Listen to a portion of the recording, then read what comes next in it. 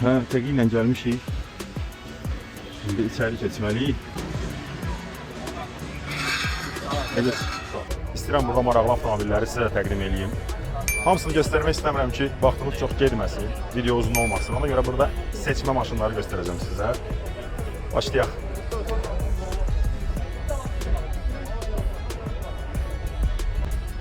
Böyle yok.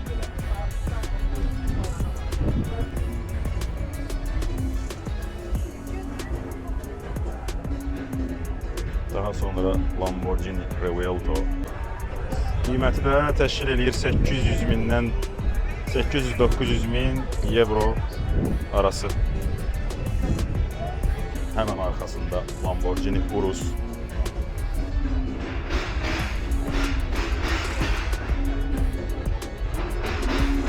Çok yaşayan burada bir Maserati var.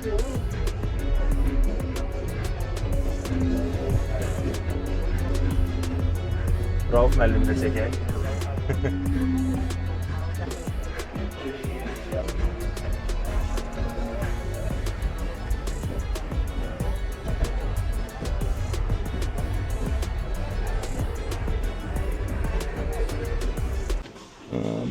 Maserati. Güzel Maserati.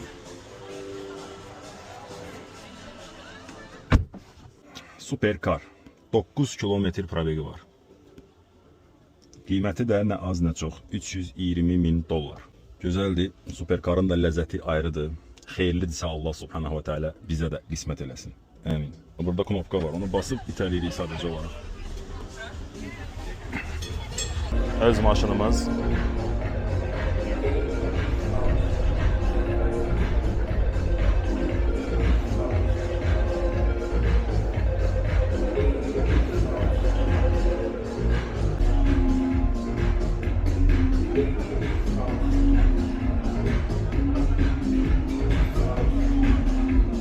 Benim en çok hoşuma gelen modellerden biri Mercedes SLS.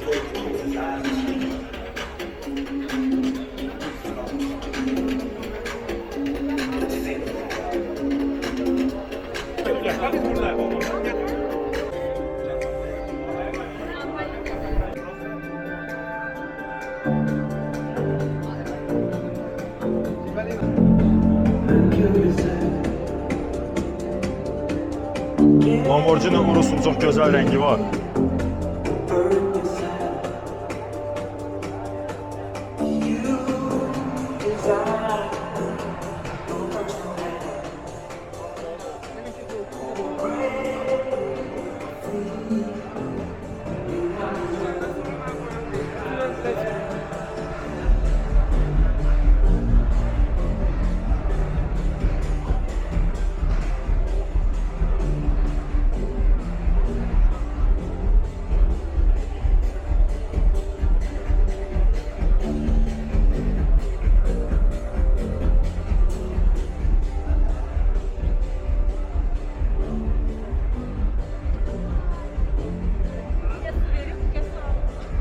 Çok danışmaq istəmirəm. Zaten özünüz bilirsiniz də yəni nə modeldir, nədir.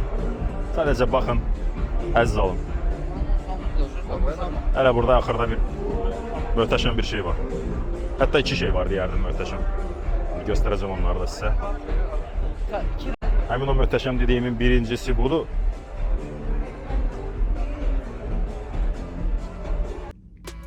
Dostlar, burada bir araya girmək istəyirəm. Kanalımız təzədir.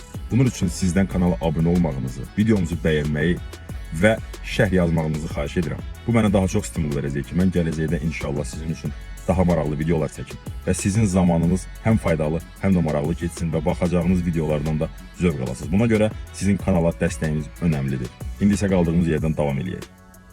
Ferrari dünyada sayla buraxılmış bir modeldir. Təxminən 800 ədəddir.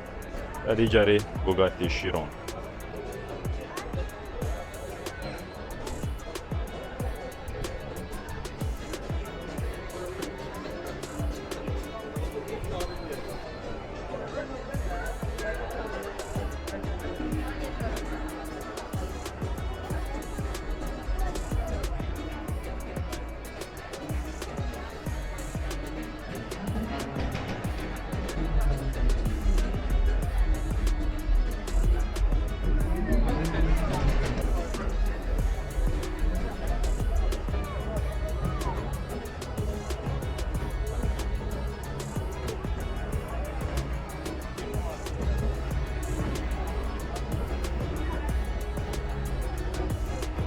Karbon diskler.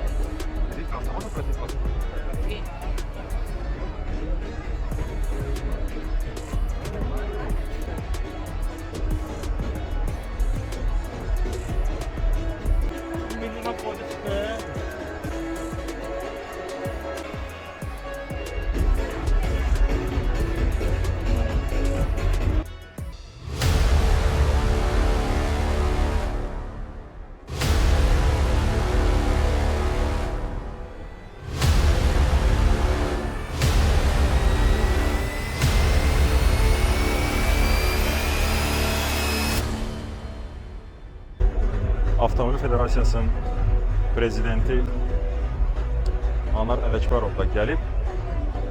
Onu da göstərim sizə. Getdi o tərəfə. Polad Bülbüloğlu da buradadır.